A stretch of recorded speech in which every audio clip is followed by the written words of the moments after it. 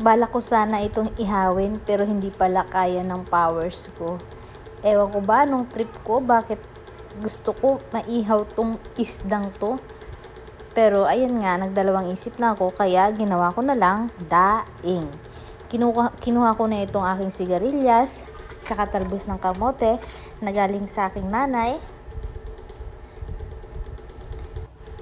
At ayan, ginawa ko na rin. Alam nyo ba itong sigarilyas? Panahon na naman pala.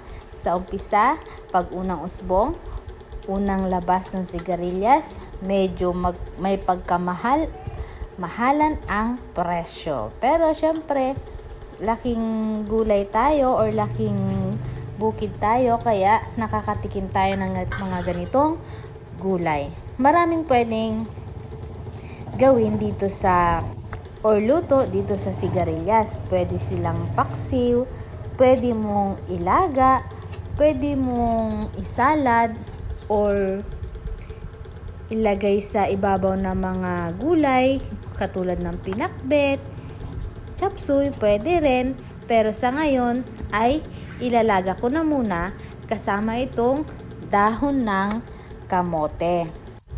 At habang ginagawa ko nga yan, naisip ko na magpaksiw na lang ako.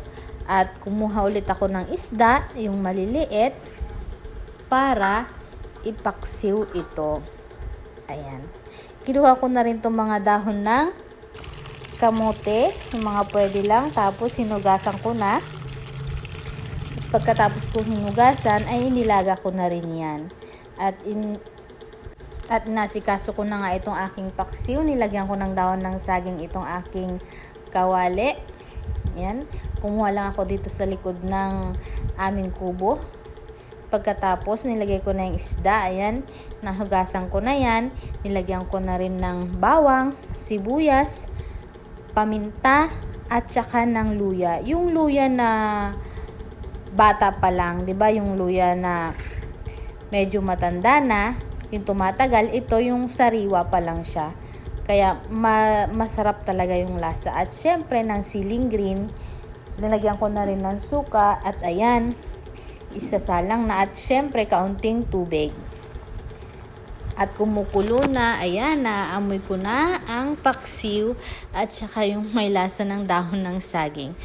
At pagkatapos, kainan na. Tara, kain tayo.